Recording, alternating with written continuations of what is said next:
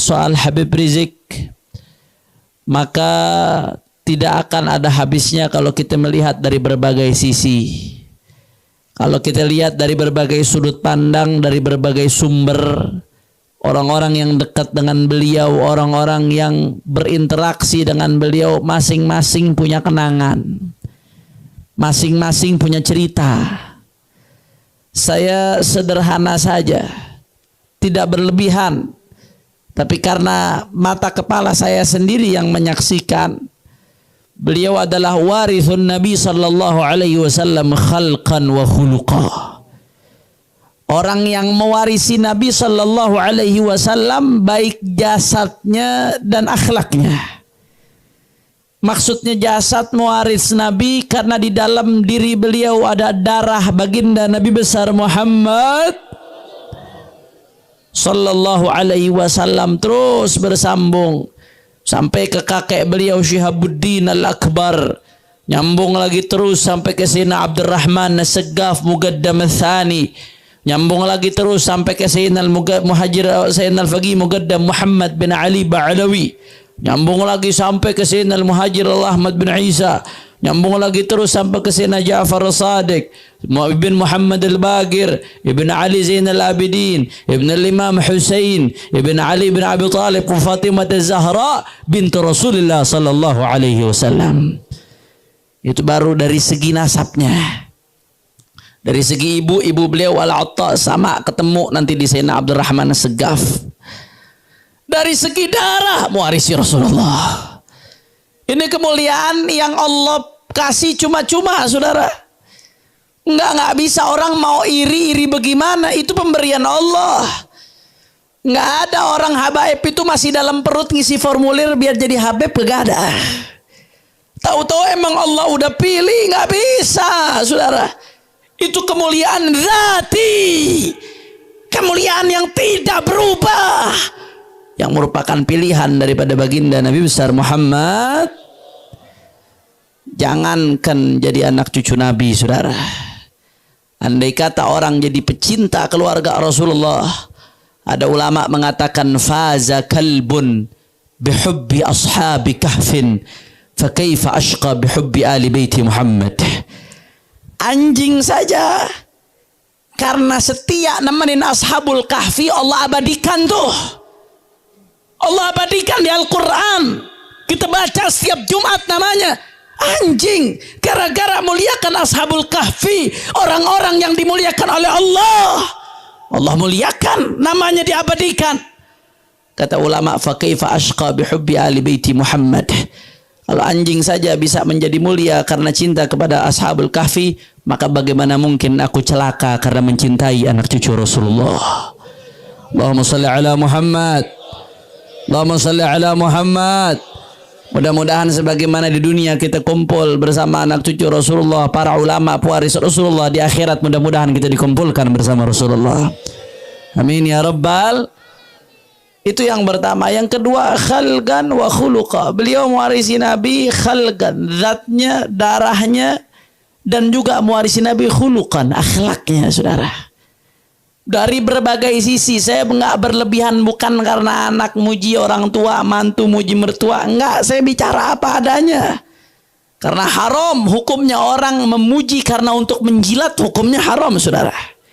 Memuji orang yang enggak pantas dipuji adalah sebuah kehinaan.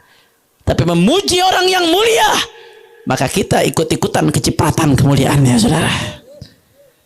Dari segi ilmu dah yang pertama, Masya Allah, keilmuannya luar biasa. Cintanya sama ilmu sampai ubun-ubun. Sampai-sampai saya dapat cerita dari Umi Fadlan bin Yahya. Mudah-mudahan Allah berikan panjang umur, sehat walafiat. Jangankan sehatnya, sampai kalau sakitnya beliau, kalau lagi sakit nih, nggak keluar kemana-mana, sakit, harus istirahat, itu di tempat tidur sekelilingnya kitab, saudara. Saking cintanya tuh sama ilmu. Anda boleh tanya supir beliau, Pak Aci Haji Zarkashi, 20 tahun lebih nemenin beliau. Itu yang namanya Habib Rizik. Kalau udah masuk mobil nggak buang-buang waktu. Jalan nih ke Jawa Tengah, misalkan ke Pekalongan mau ceramah, mulai masuk mobil, duduk, buka laptop, buka kitab sampingnya, turun-turun udah sampai selesai baru ditutup itu laptop saudara. Nulis isinya ilmu. Karangannya Masya Allah tabarakallah. Beliau punya kitab dalam ilmu faraid, Nisful Ilm namanya. Karena ulama mengatakan faraid itu adalah setengah daripada ilmu, ilmu waris. Beliau juga punya karangan dalam tafsir Al-I'jaz Al-Quran, Al-I'jaz Al-Ilmi, Mu'jizat Ilmiah Al-Quran. Tebal kitabnya. Bicara tentang fakta-fakta daripada ilmiah yang diungkap dalam Al-Quran dari dulu. Menunjukkan mukjizat Al-Quran ini betul-betul turun dari Allah Subhanahu. Itu tebal segini, saya sampai bingung kapan nulisnya, sibuknya kayak gitu saudara. Beliau punya buku juga, tapi belum diterbitkan bukunya. Ada satu buku beliau tentang Syiah dan Wahabi di atas neraca Ahlus Sunnah wal Jamaah. Di situ beliau menelaah secara objektif bagaimana Ahlus Sunnah wal Jamaah berada di tengah-tengah, tidak ekstrim kiri, tidak ekstrim kanan, menguatkan daripada dalil-dalil Ahlus Sunnah wal Jamaah. Belum lagi tesis S2 beliau tentang korelasi hubungan antara Pancasila dengan syariat Islam. Karena ada orang-orang yang berusaha benturkan Pancasila dengan syariat. Kalau pro syariat berarti anti Pancasila. Kalau Pancasila berarti nggak cocok sama syariat. Itu mau ngebodohin umat saudara. Beliau tulis tesis S2 mendapatkan predikat cum laude tentang Pancasila dan kaitannya dengan syariat Islam saudara. Alhamdulillah. Makanya ditakutin. Belum lagi tesis S3-nya tentang manahijut tamyiz bainal furu'i wal usul. Tebal segini tuh beliau tulis. Metode pemilahan dan pemilihan antara furu' dan usul. Karena mohon maaf zaman sekarang banyak orang yang salah kaprah sehingga salah sikap. Salah kaprah bagaimana? Yang furu' dibilang usul, yang usul dibilang furu'. Yang mestinya beda khilaf dianggap nggak boleh ada khilaf. Yang mestinya nggak bisa khilaf dianggap boleh ada khilaf. Karena terbalik-balik. Contohnya orang liberal. Orang liberal urusan usul, prinsip. Tapi dianggap nggak apa-apa kita beda. Ahmadiyah punya nabi baru, nggak apa-apa kita menghormati perbedaan. Ada apa kagak yang begitu tuh? Karena dia nggak bisa benar-benar bedain antara furu dan usul. Ada lagi kelompok sebaliknya. Masalah-masalah furu dianggap usul, begitu beda dikafir-kafirin. Contoh, yang suka ngebid'ah-bid'ain maulid, ada apa kagak? Yang suka ngesyirik-syirikin orang tawasul, ada apa kagak? Kenapa? Karena dia nggak bisa bedain bener yang mana furu, yang mana furu mestinya khilaf nggak masalah, nggak usah ribut. Usul sebaliknya prinsip, nggak ada sama sekali celah buat khilaf. Nah, ini salah sikap, salah memahami furu usul, akhirnya salah sikap. Orang Islam yang beda furu dikafir-kafirin gara-gara furu dianggap usul. Sebaliknya orang-orang liberal yang beda usul dianggap nggak kafir, padahal udah beda usul, saudara. Beliau tulis akhirnya disertasi S3, judulnya Manahijut Tamyiz Bainal Furu'i wal Usul. Tinggal ujian doang di Malaysia. Cuman gara-gara beliau dicekal di Saudi, seharusnya udah ujian dari kemarin-kemarin, tapi sampai sekarang belum ujian. Mudah-mudahan diberikan kemudahan oleh Allah Subhanahu wa taala. Amin ya rabbal. Jadi secara keilmuan luar biasa, cintanya sama ilmu ampe ubun-ubun, saudara. Cinta luar biasa. Mungkin saat ini saya pribadi belum menemukan dan belum melihat perpustakaan pribadi yang lebih besar dari perpustakaan beliau. Anda boleh lihat ke Megamendung, ada satu masjid, saudara, itu dari ujung ke ujung masjid isinya kitab besar, banyak. Tapi ternyata itu belum semua. Itu baru kurang lebih setengah dari kitabnya Habib Rizik. Belum yang di Petamburan, belum yang di Mekah. Ini selama di Mekah nih hampir 3 tahun, baru 3 tahun lebih, hampir 4 tahun. Selama beliau di Mekah, Masya Allah, itu beli kitab sampai sekarang totalnya udah 1 ruangan besar, saudara. Baru belum ada 4 tahun tuh, saking cintanya sama ilmu, belajar dari ulama-ulama besar. Sebelum beliau berangkat ke Saudi Arabia, belajar dari Habib Ali bin Abdurrahman As-Segaf. Sampai-sampai saya ingat waktu itu nemenin beliau ke Tanggul. Habib Rizik mengatakan kepada Habib Ali, Habib Ali ini guru ana, kata beliau. Ana dulu ngaji sama beliau di Masjid An-Nur Petamburan. Akhirnya Habib Ali bin Abdurrahman Segaf Sayyidil Walid ketawa. Kata Habib Ali, beliau senang murid ingat sama gurunya, walaupun murid udah jadi orang besar. Kata Sayyidil Walid, man arada an yanzura ila akhlaqis salaf ma'a ustadihin falyanzur ila hadza. Barang siapa yang mau lihat akhlaknya ulama-ulama salaf dulu sama guru-gurunya, lihat akhlaknya Habib Rizik. Sampai seperti itu, saudara. Belajar sama ulama-ulama sebelum berangkat ke Saudi, dilanjutkan ke Saudi Arabia. Ngambil ilmu dari ulama-ulama besar. Salah satu guru beliau, Syekh Abdul Fattah Abu Khuddah, Al-Allama Al-Kabir. Salah satu murid daripada Al-Allama Al-Kautsari. Ulama besar, ahli madhab Hanafi, ahli hadis, karangan-karangan yang luar biasa. Qimatuz zaman indal ulama, safahat min sabril ulama, al-ulama al-uzzab, ulama besar. Itu salah satu guru daripada guru-gurunya Habib Rizik, saudara. Beliau juga yang saya dengar ketika beliau di Saudi, kalau lagi liburannya panjang beberapa bulan, ngaji ke Abuya Sayyid Muhammad ibn Ali al-Maliki. Makanya kemarin waktu beliau ke Mekah ada videonya itu beredar.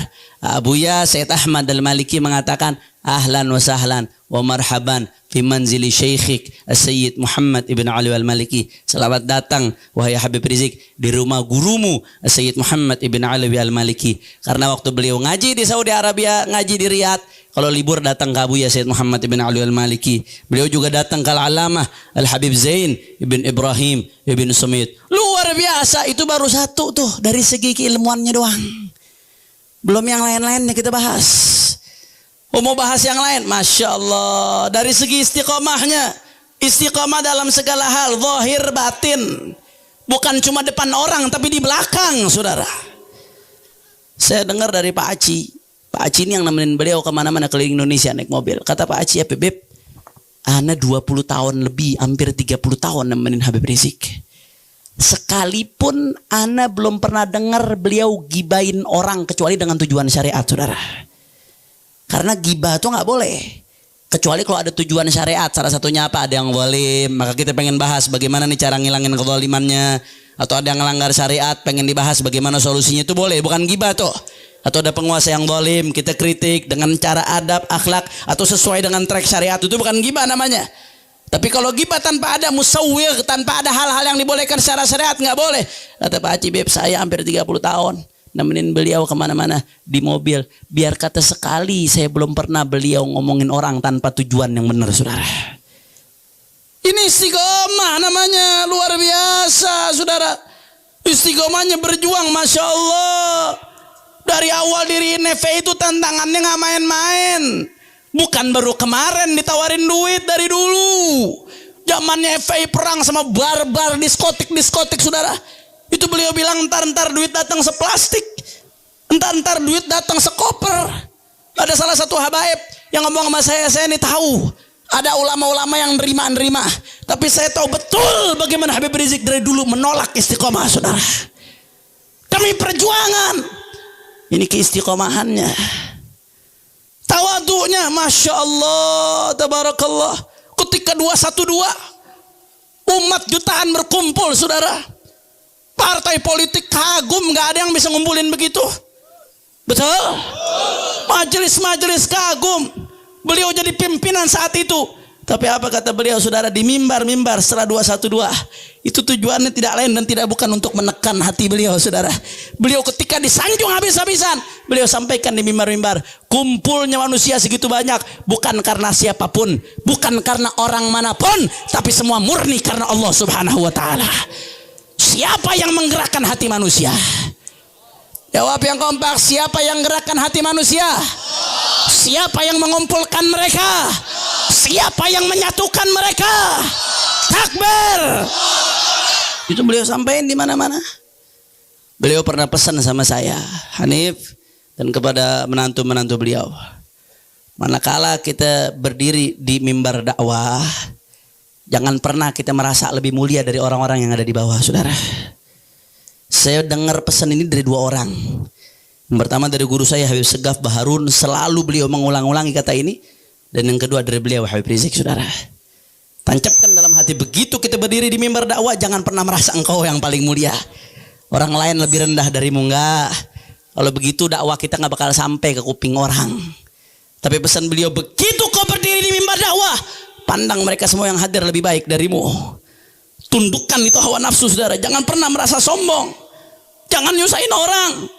Jangan, ya Allah, luar biasa. Di balik kegarangannya, ketegasannya ada tasawuf yang begitu dalam. Enggak ngarep pujian beliau. Enggak takut cacian. Kalau harus mengatakan AA, dikatakan apapun cacian, enggak peduli, saudara. Kalau harus melakukan sesuatu, enggak peduli pujian, enggak nyari popularitas, tapi Allah Subhanahu wa taala yang angkat. Mau bicara apa lagi? Birrul walidain, baktinya sama orang tua, yang saya dengar langsung dari istri saya. Selalu diceritakan itu sama ibunya beliau, sama ibu istri saya, sama mertua saya, Syarifah Ummana, Syarifah Fadlun, Habib Rizik. Sebelum beliau punya rumah, masih ngontrak, tapi beliau udah bangunin rumah buat ibunya, saudara. Assalamualaikum warahmatullahi wabarakatuh. Alhamdulillahirabbil alamin. Allahumma sholli ala sayyidina Muhammad wa ala ali sayyidina Muhammad. Hamdan syukran lillah. Alhamdulillahirabbil alamin. Bapak-bapak, Ibu, tadi kita telah menyaksikan ceramah dari Habib Hanif Al-Attas, yang mana Masya Allah ya, akhlak dari Habib Rizik Syihab yang harus kita contoh ya, tentang dari baktinya kepada orang tua, terus dari ilmunya, semangat belajarnya, terus dari segi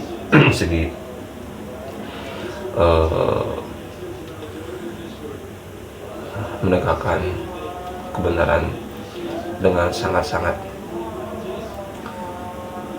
lillahi ta'ala.